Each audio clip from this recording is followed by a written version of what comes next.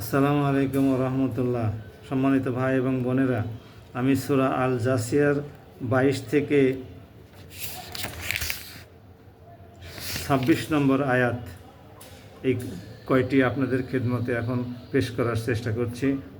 শুনুন আল্লাহ রাব্বুল আলামিন এই সূরাতে কি বলছেন মানুষকে উদ্দেশ্য করে। বিসমিল্লাহির রহমানির রহিম। আল্লাহ আসমান ও জমিনকে যথাযথভাবে সৃষ্টি করেছেন, যাতে করে এই দুইয়ের মাঝে বসবাসরত প্রতিটি বাসিন্দার কাজকর্মের ঠিক বিনিময় দেয়া যেতে পারে। কিয়ামতের দিন তাদের কারো প্রতি জুলুম করা হবে না। হে নবী, তুমি কি সে ব্যক্তির প্রতি লক্ষ্য করেছ যে নিজের খেয়াল খুশিকে নিজের মাবুদ বানিয়ে নিয়েছে এবং পর্যাপ্ত পরিমাণ জ্ঞান থাকা সত্ত্বেও আল্লাহ তাআলা তাকে গোমরা করে দিয়েছেন। তার কান ও তার অন্তরে তিনি মোহর মেরে দিয়েছেন, তার চোখে তিনি পর্দা এঁটে দিয়েছেন। এমন ব্যক্তিকে আল্লাহ তাআলার পর কে পথ নির্দেশ দেবে? তারপরও কি তোমরা কোনো উপদেশ গ্রহণ করবে না? এই মূর্খ লোকেরা এও বলে, এই দুনিয়া ছাড়া আমাদের আর কোনো জীবনই নেই, আমরা এখানেই মরি বাঁচি, কালের আবর্তন ছাড়া অন্য কিছু আমাদের ধ্বংস করে না। মূলত এদের এ ব্যাপারে কোনোই জ্ঞান নেই। এরা শুধু আন্দাজ অনুমানের ভিত্তিতেই কথা বলে। যখন এদের কাছে আমার কিতাবের সুস্পষ্ট আয়াতগুলো পড়া হয়, তখন এদের কাছে এছাড়া আর কোনোই যুক্তি থাকে না যে তারা বলে, তোমরা যদি মৃত্যু পরবর্তী জীবনের দাবিতে অসত্যবাদী হও, তাহলে আমাদের বাপদাদাদের কবর থেকে নিয়ে এসো। হে নবী, তুমি এদের বলো, আল্লাহ তাআলাই তোমাদের জীবন দান করেন, তিনিই তোমাদের মৃত্যু দেন, তিনি আবার কিয়ামতের দিন তোমাদের পুনরায় একত্রিত করবেন। এ ব্যাপারে কোনোই সন্দেহ নেই, কিন্তু অধিকাংশ মানুষই এটা জানে না। সম্মানিত ভাই এবং বোনেরা, আপনারা কালামে পাকের এই কয়টি আয়াতে অত্যন্ত সুন্দরভাবে, সাবলীলভাবে, অত্যন্ত স্পষ্ট ভাষায় কতগুলো বিষয়ের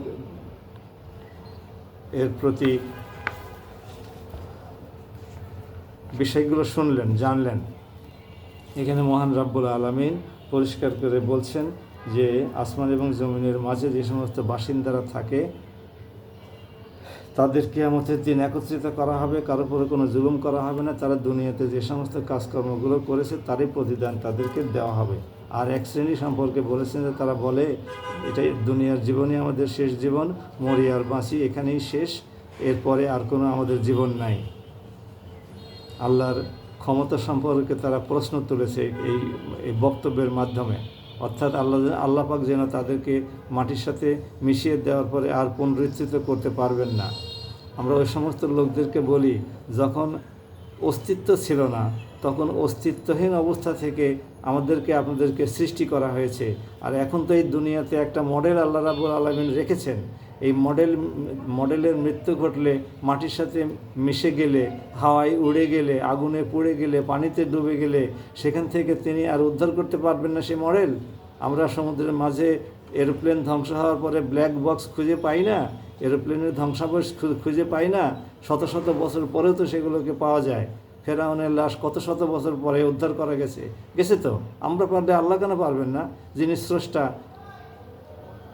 জিরো থেকে যিনি শুরু করেছেন সৃষ্টি, তিনি কেন উদ্ধার করতে পারবেন না?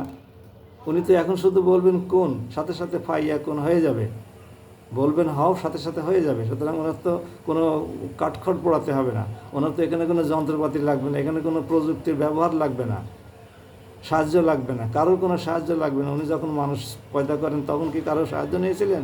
উনি তো নিজে হাতে আদম আলাইহিস সালামকে সৃষ্টি করেন। সুতরাং ওনার তো কারো সাহায্যের দরকার নাই। সুতরাং এই সমস্ত হতভাগাদের জন্য দুর্ভাগ্য। তারা সহি বুঝ লাভ করুক, কোরআন হাদিস অধ্যয়ন করুক, এবং আল্লাহ পাক কী বলেছেন, রাসূল সাল্লাল্লাহু আলাইহি ওয়াসাল্লাম হাদিসের মধ্যে তার কী ব্যাখ্যা দিয়েছেন এবং কী আমল করে দেখিয়েছেন, সেগুলো সম্পর্কে তারা অবহিত হোক। পাগলামি করার, অহংকার করার, অপপ্রচার চালানোর, চক্রান্ত করার কোনো অবকাশ নাই। দয়াময় আল্লাহ আমাদেরকে তৌফিক দান করুন। আসসালামু আলাইকুম।